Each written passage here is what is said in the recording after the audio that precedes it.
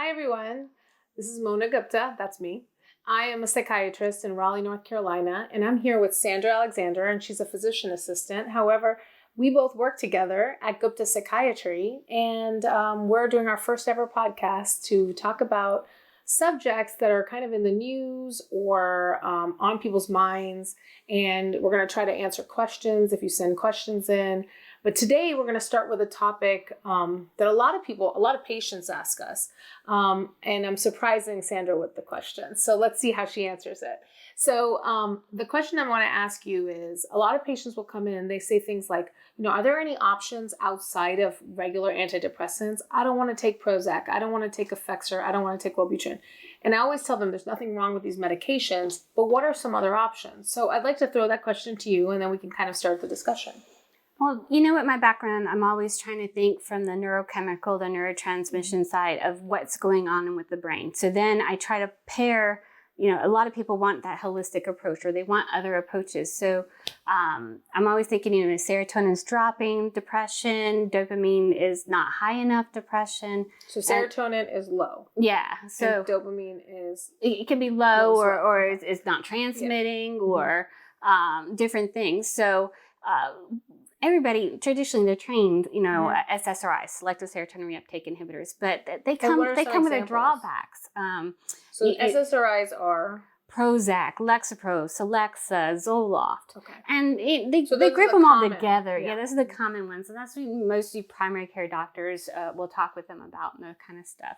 But sometimes we got to think outside the box. Mm-hmm. And I always think of dopamine as the chemistry of happy.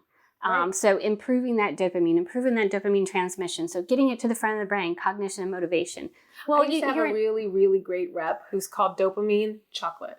Because, chocolate can increase dopamine. So I remember licking my lips as you say chocolate. Yeah. So actually, the thing with chocolate is around your period, right before your period, your dopamine is kind of waning. So women crave chocolate. So that's a little thing. Yeah, and progesterone pulls serotonin down. Right. So when it drops. Sense, right? So there's that relationship. But I always think, dopamine to the front of the brain, cognition, motivation. Well, parts of depression, if we break it down, you lose your motivation. You have this brain fog. Memory can be affected. Those emotional behaviors that you commonly not enjoying things you used to enjoy, those low moods. That's the dopamine in the middle of the brain. So let's talk about depression, just to break it down. I know we're going to get into the actual treatments, but depression, when you think of major depression, which is what we call it in the DSM, which is our Bible in psychiatry, it's what we have to go by. Yeah. The symptoms of depression, I think it's a cheating thing to call it Siggy caps. Have you ever gone by that? Yeah. But it's good for us to kind of go through them so people understand. So it's 2 weeks of 5 of these symptoms. And what are they? So sleep disturbances, it can be too much sleep, too little sleep. The interest is your eye, that's Siggy caps. Mm-hmm. Guilt or worthlessness, energy, concentration, appetite, thank you. Psychomotor sluggishness is your P, but that's be fast too. It could be both, Yeah. And then the other S is suicide. Suicidality. Mm-hmm. Yeah. So that's our cheat sheet, how to say it. But, in layman's terms, it's like not wanting to do anything, low motivation, feeling like, you find no joy anymore. I think that's a big one, not finding joy, in the little things, right? Mm-hmm. So I know I just wanted to break down what depression can look like. Right. And depression can look like different in so many people. So your depression and my depression could be completely different. Now, treatment of depression is very similar though. Yeah. So even if you're an anxious depressed or a very sluggish depressed, there might be different medications that go for you, but in general, they're in this family. Yeah, and that's where that serotonin balancing comes into effect, where we think of our SSRIs classically. But dopamine is that chemistry of happy, that feeling good, that energy, that good memory, that good concentration, that feeling present. And so I try to think of things other than the medications that work on serotonin that can help that. Chocolate. Sorry, keep saying chocolate. You're going to get me stuck on it. But Wellbutrin is great because it's a dopamine. It works on dopamine, correct? But a lot of times I use it for someone who has low energy. However, there are other options. Yeah. So, there's vitamins and supplements. Mm-hmm. So vitamin D, D3 bioavailability makes a big part of it, can help make dopamine. There's B12, folate, There's a supplement out there called N-acetylcysteine that has been shown. We've seen magnesium play effect on. Magnesium's huge. Yeah, and it works on NMDA. Yeah. So that antagonist. So downstream, it has the benefit to dopamine as well. And of course, there's a whole bunch of magnesiums, but that's a whole nother podcast. That is. What magnesium should I use? Now that's a whole different ballgame. Yeah, and I've been studying that lately, trying to figure out what my recommendation is going to be and that kind of stuff, and what crosses the blood-brain barrier, and that can That'll be be next one. Yeah, that can be 18 minutes all in itself on my opinions on that, but. There's those vitamins and supplements that we can use. There's the medications we can use, but there's the non-medication things that we can use too, like transcranial magnetic stimulation that you offer. Right. And we offer, honestly, at this practice. Sorry, we offer. I apologize. So we offer, and what's great about transcranial magnetic stimulation is not too many side effects. You have to be cleared for it, but once you're cleared for it, I mean, the thing is, it's time intensive for a month. But then after that, I mean, the benefits keep going. Some people don't want to be on medications. They don't want to be on daily medication. So that could be an option. It also could be a supplement, right? Right.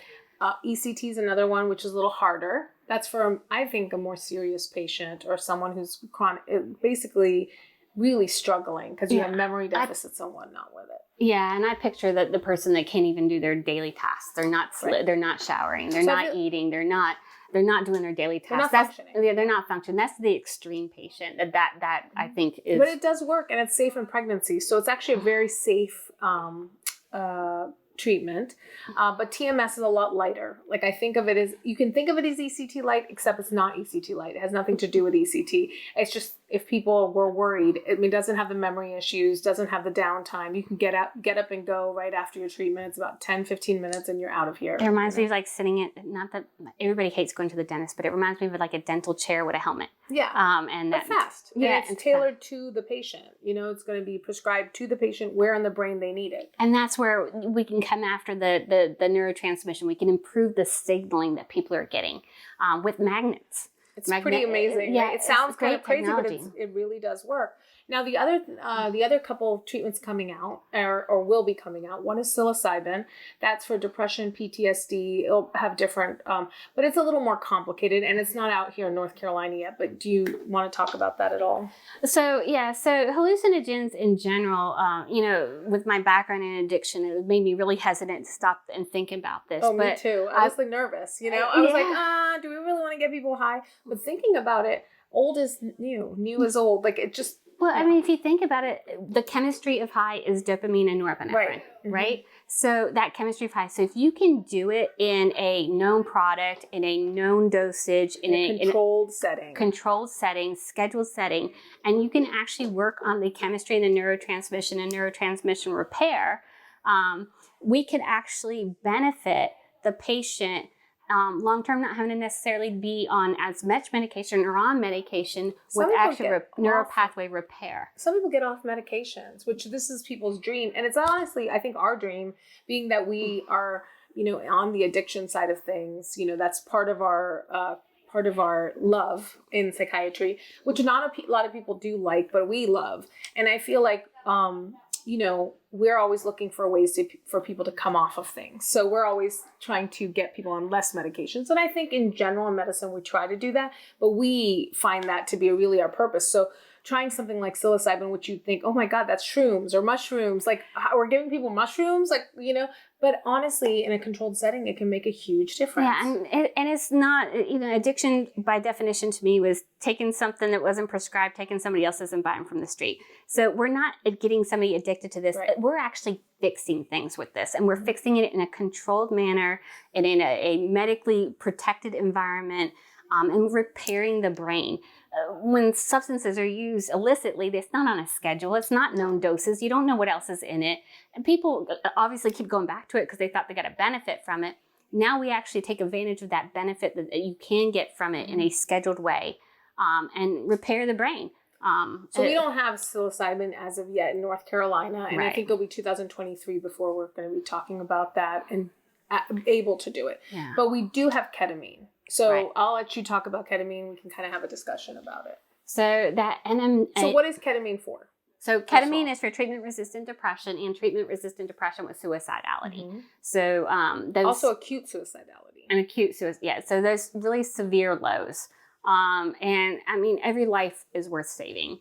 And using a treatment that profoundly can have a difference in even potentially the first visit and turning those things around is huge. And of course, statistically, we have to do a scheduled environment and that type of stuff, but it works on the NMDA receptor. It has downstream effects on glutamate, which is the stimulant center of the brain, to release more. It goes to AMPA and goes to mTOR. And, anyways, I can go in the whole science of it. Sorry, I'm a nerd. But it can improve dopamine pathway. It's like filling the potholes. I think that a lot of people call it neuroplasticity or like helping neuroplasticity. So you want to talk about that just in layman's terms, kind of. If you want to go with that one, more like, I just think it helps the neurons fire. I keep it real simple. It helps the neurons fire. We've got patients who have been struggling for years with depression, which in itself can cause kind of a depressed state in the brain where they're not firing as strong. Their dendrites aren't as and that's what those tentacles. So the tentacles can work again, and it's pretty amazing because it shows pretty quickly.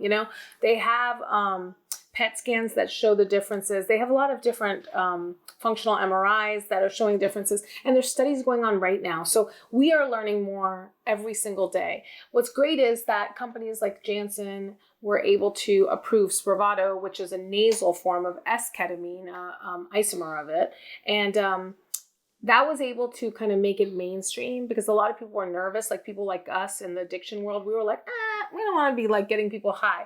But because it was approved, and it was approved in such a fast manner by the FDA, because there's such a need, because the suicidality was, becoming a real problem and still is, I think that gave us the backing, that gave me the backing to be like, okay, let's do this. And then as I did more, I was able to add ketamine intramuscular and IV at infusions at our facilities. And I feel like, don't you feel like patients are getting outcomes like so quickly, and it's amazing? I have seen, you see so significant low that you start to see the improvement quickly. With the right patient in a protective environment, the risks are relatively low.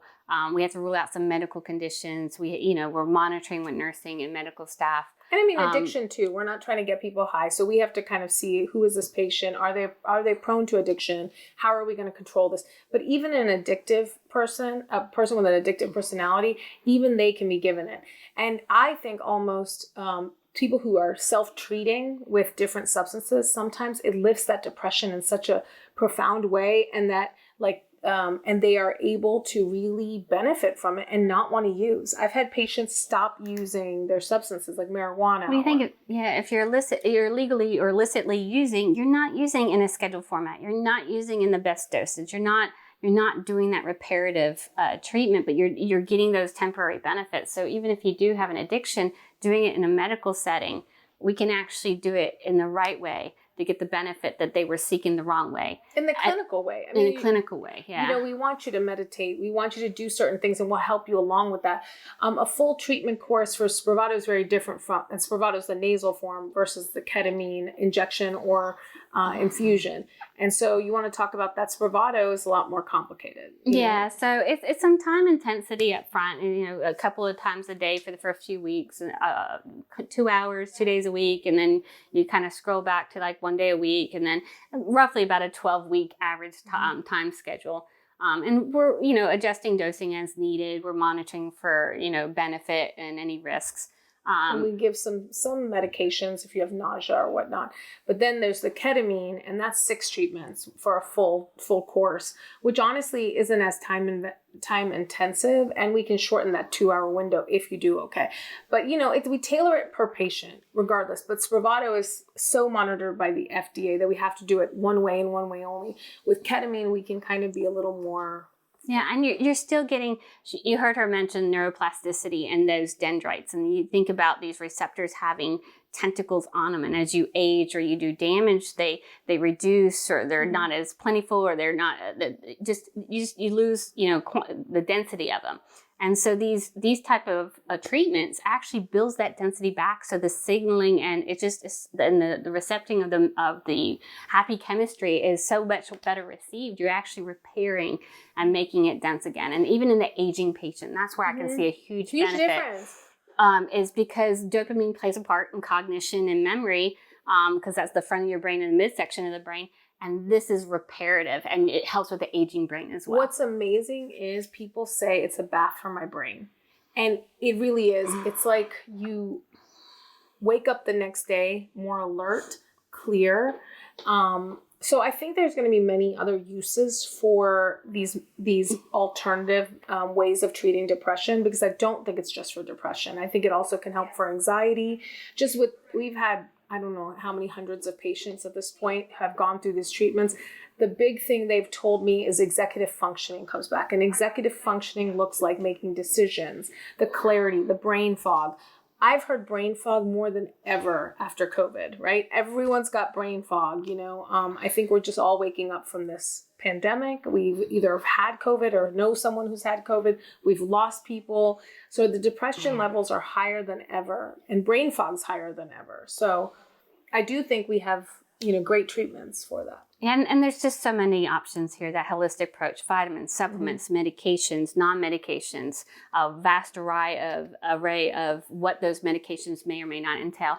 And we don't look at a medication for forever. No. Our goal is to help you heal. We don't mind losing patients because they're well. Oh, no, we want to, right? That's our goal. Victory, yeah. That's our goal. And we are big into nutraceuticals and vitamins, so we'll recommend those. Also food, changing your food intake and what you eat, what you don't eat. Inflammatory foods, anti-inflammatory, and then, adjusting your diet. Vegetarian, you lose some of the amino acids that you need for some of this neurotransmission to be optimal. So there's stuff that you can do that doesn't take you out of your dietary choices to actually optimize your brain health.